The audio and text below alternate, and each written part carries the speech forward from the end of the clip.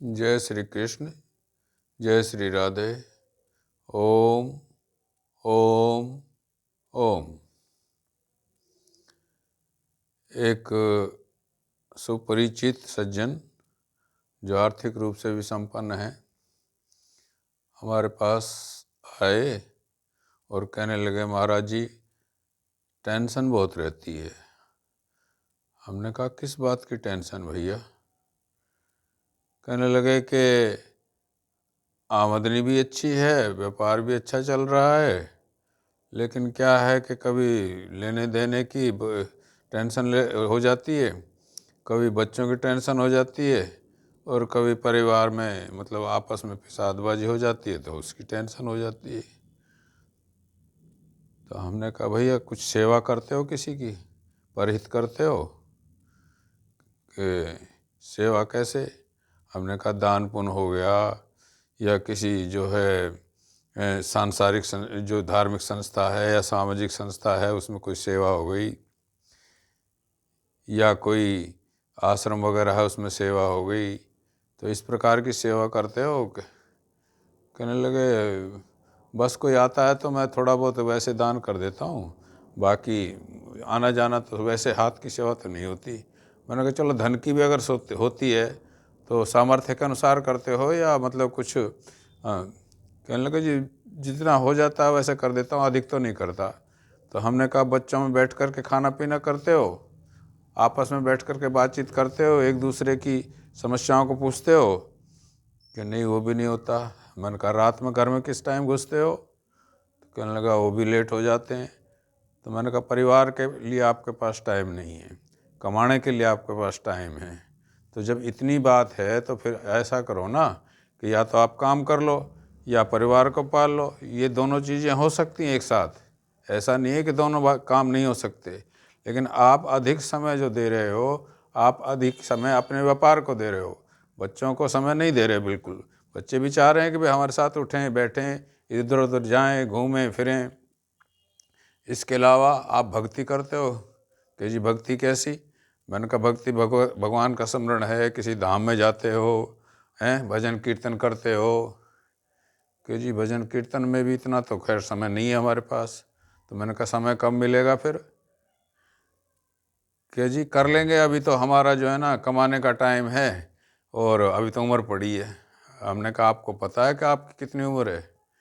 कि जी ये तो निश्चित नहीं है। तो बस जब तुमको ये निश्चित नहीं है तो फिर तुम अपना सेवा करो, भक्ति करो, दान पुण्य करो, हैं भजन कीर्तन करो, तो जो कमाई के साथ साथ ये कार्य भी करो ना।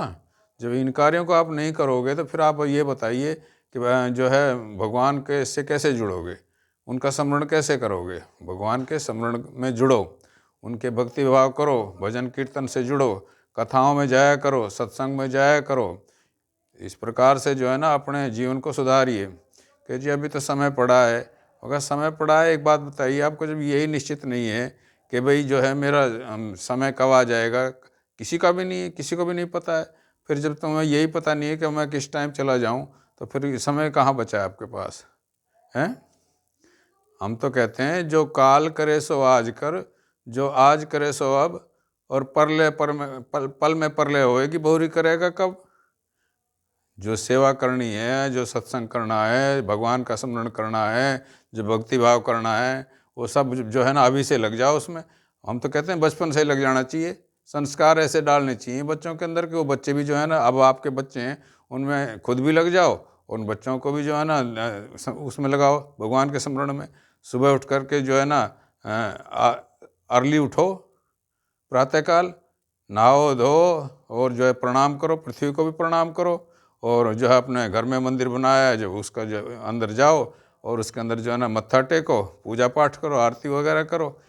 इन कामों से जुड़ोगे तभी तो आपको जो है ना भजन भाव भक्ति में जो आपका मन करेगा, तभी तो आप जुड़ोगे उससे। वैसे तो आप जुड़ने से रहे। जब समय आपको पता नहीं है, मृत्यु का कुछ पता नहीं है, तो अपना जीवन सुधारने के लिए, अपनी भक्ति की पाने के लिए, अपना उद्धार करने के लिए आप अभी से जुड़ जाइए। सेवा से जुड़िए या परहित से जुड़िए, परहित कर लीजिए। परहित का मतलब ये है कि जैसे फर्ज करो आप किसी हॉस्पिटल में या किसी धर्मशाला में किसी का कोई दिक्कत हो रही है, उसकी हेल्प कर दो, वो परहित ही है। और या ये फर्ज करो किसी के पास जैसे कोई एक्सीडेंट हो गया किसी का, या कहीं मतलब जो है ना वो परेशान है, उसको आर्थिक सहयोग चाहिए तो उसको आर्थिक सहयोग कर दो, वो भी परहित ही है। चाहे शरीर से करो, चाहे मन से करो, चाहे तन से करो, तो परहित तो किसी भी रूप से आप कर सकते हो। आप परहित में लग जाओ और भक्ति करो, स्मरण करो, कीर्तन करो, आया करो घर के अंदर हैं। सुबह जो जैसे ही उठते हो आप अपने जो है ना नहा धो करके पहले स्मरण करो भगवान का, उसके बाद अपने कार्य करो। नाश्ता वास्ता खाना पीना भी बाद में करो। तो इस तरह से आपकी जो दिनचर्या है वो बदल जाएगी। टेंशन करना मतलब ही नहीं है।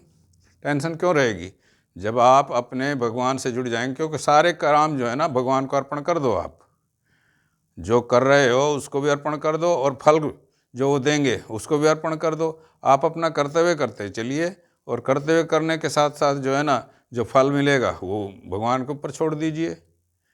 कर्म उनको अर्पण कीजिए और फल उनको जो है उनके ऊपर छोड़ दीजिए। तो देखो फिर आपको कैसे टेंशन रहेगी। बच्चों में मिलकर रहिए। जब बच्चों में मिलकर नहीं रहोगे, समय उनको नहीं दोगे, तो वो बच्चों के लिए भी तो समय देना पड़ेगा ना। और समय देने के साथ साथ जो है ना उनको संस्कार भी डालो। भाई शिष्टाचार सिखाओ उनको, अच्छे अच्छे सत्संग में खुद भी जाओ और उनको भी भेजो। तो इस तरह से आपकी जो है ना वो उद्धार करने की जो रीति है, मतलब उद्धार करने का जो रास्ता है, साधन है, वो आपको मिल जाएगा। फिर टेंशन काहे की। टेंशन होने का मतलब ही नहीं है। बूढ़ा हो जाएगा आदमी तब तक भी नहीं करेगा यदि इसी का उसमें फंसा रहेगा, लेन देन के चक्कर में। और मतलब जो ना लेन देन तो अपना आप चलते रहेंगे। ये तो प्रक्रिया है संसार की। संसार की प्रक्रिया में आना जाना लेना देना ये सब चलता रहेगा, लेकिन इसके साथ साथ भगवान का स्मरण भी आपको करना चाहिए। भगवान की भक्ति से जुड़ना चाहिए, सत्संग से जुड़ना चाहिए, सेवा करनी चाहिए। इन भावों से जो रहोगे तो फिर आपको टेंशन होने का मतलब ही नहीं है। आप सारे काम अपने आप होते चले जाएंगे। सोचना ही क्या है, जो हो रहा है आप अपना कर्तव्य कर्म करिए। आप कर्तव्य कर्म करते जाएंगे तो जो करेगा जो भगवान करेगा सब। प्रारब्ध के हिसाब से आपको फल दे, या अब जो वर्तमान में जो कर्म है उनके हिसाब से फल दे, तो वो तो भगवान के ऊपर ही है ना। आप अपने ऊपर क्यों लेते हो ये सारी बातें। तो टेंशन होने का मतलब ही नहीं है। इसलिए आप कभी भी जो है ना संसार में रहते हुए कभी भी अपना आपका स्वार्थ का काम मत सोचिए, स्वार्थ के बारे में मत सोचिए। भगवत भाव में रहिए, भगवान का स्मरण कीजिए, सत्संग करिए, और बच्चों को संस्कार डालिए, अच्छी तरह से वो पढ़ें, और भगवान के जो भक्ति का जो भाव है उनके अंदर भी डालिए। सुबह जल्दी उठने का भाव डालिए, और साथ मिल बैठ कर के खाने का भाव डालिए। एक दूसरे की चर्चा जो है ना वो आपस में दुख सुख की बतलाने का काम करिए। तो इस प्रकार से आपको टेंशन होने का काम ही नहीं रहेगा। इसलिए हम कहते हैं कि जो भी है संसार के अंदर परहित करो और अपना उद्धार करो। जय श्री कृष्ण, जय श्री राधे, जय भगवद गीता, जय गौ माता, जय गुरुदेव।